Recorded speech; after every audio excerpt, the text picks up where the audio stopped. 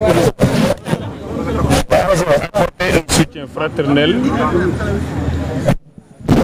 à toutes ces personnes qui sont persécutées parce que simplement elles ont exprimé l'opinion sur la marche du pays. Les libéraux et les démocrates qui pendant 40 ans se sont battus pour que le Sénégal soit ce pays respecté à travers le monde pour sa stabilité, pour la démocratie qui est une réalité, pour une pratique électorale affirmée, pour le respect des libertés.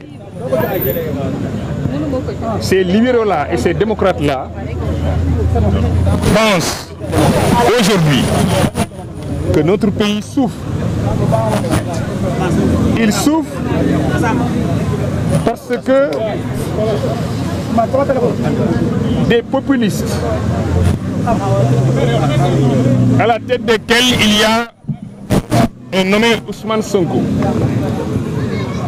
sont arrivés au pouvoir par la manipulation des masses, par la propagande, et sont en train de bafouer et de mettre le coude, j'allais dire le genou, sur tous les acquis démocratiques, sur les droits et libertés que le président Abdoulaye Wade et ses compagnons se sont évertués à arracher à la suite de longues luttes à des régimes qui étaient beaucoup plus difficiles à manœuvrer, à des dictatures qui étaient presque confirmées, pour qu'aujourd'hui nous assistions à un recul démocratique de cette nature, au bafouement des libertés de cette nature et de l'installation d'un état de dictature dans un pays où le vivre ensemble était une réalité.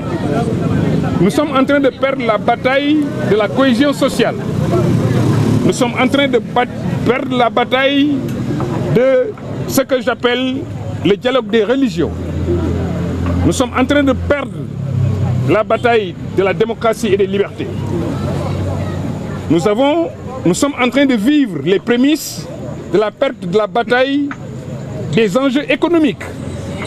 Parce que simplement, le Sénégal a été trompé le 24 mars en faisant un choix irréfléchi sur un groupe incompétent et qui montre aujourd'hui les signes d'un affolement face à cette opposition qui a compris unanimement que le Sénégal est en danger. C'est pourquoi si vous avez bien regardé les listes électorales, c'est toujours Sam Sénégal, Aar Sénégal, Wallu Sénégal, Sam Sekadou, tout ça revient à montrer que le pays est malade. Et ces forces politiques engagées dans ce combat font peur, ont créé une situation inédite. C'est la première fois au Sénégal que des partis politiques entrent en coalition de cette nature, que des coalitions de partis politiques entrent en intercoalition intégrale dans tous les départements du Sénégal. C'est inédit. Forcément, ça fait peur à des gens qui viennent de s'installer sur la base d'une erreur politique majeure d'une certaine jeunesse désemparée qui aujourd'hui est en train de regretter pourquoi ils ont choisi de mettre le président Diomaye Faye au pouvoir, entraînant la nomination naturellement d'Ousmane Sonko à la primature. Nous voulons lancer un message, je parle du bloc, à tous les démocrates. Nous lançons un message aussi aux magistrats. Je ne reviendrai pas sur tout ce qu'on a fait, tout ce qu'on a dit, comment on les a désacralisés. Je lance un appel aux forces de défense et de sécurité. Je lance un appel à toute la communauté internationale pour qu'ils comprennent qu'enfin, il faut sauver ce Sénégal. Le sauver, c'est pousser Ousmane Sonko à reculer par rapport à sa volonté de museler la presse, à sa volonté de museler toutes les personnes qui pensent autrement que lui. Parce que dans ce pays quand même, nous avons ratifié la Déclaration universelle des droits de l'homme et en son article 19, c'est connu, la liberté d'opinion est sacrée. Sauvons cette liberté.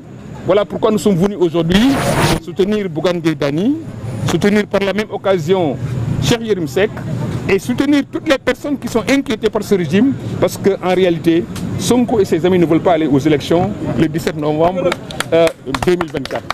Voilà le message que je voulais lancer au nom de l'ensemble des membres du bloc des libéraux et des démocrates.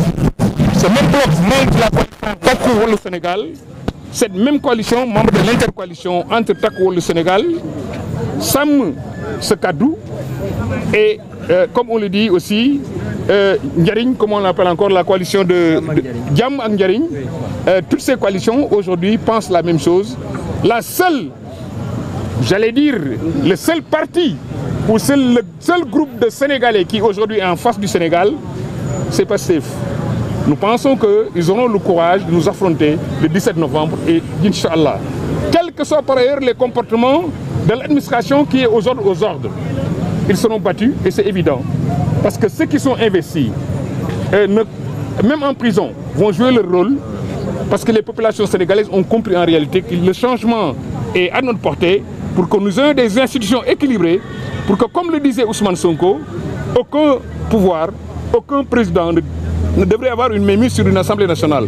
J'espère qu'il saura comprendre que les Sénégalais ont su son message, ils l'ont bien reçu et ils vont l'appliquer le 17 novembre, Inch'Allah. Merci beaucoup. Merci beaucoup.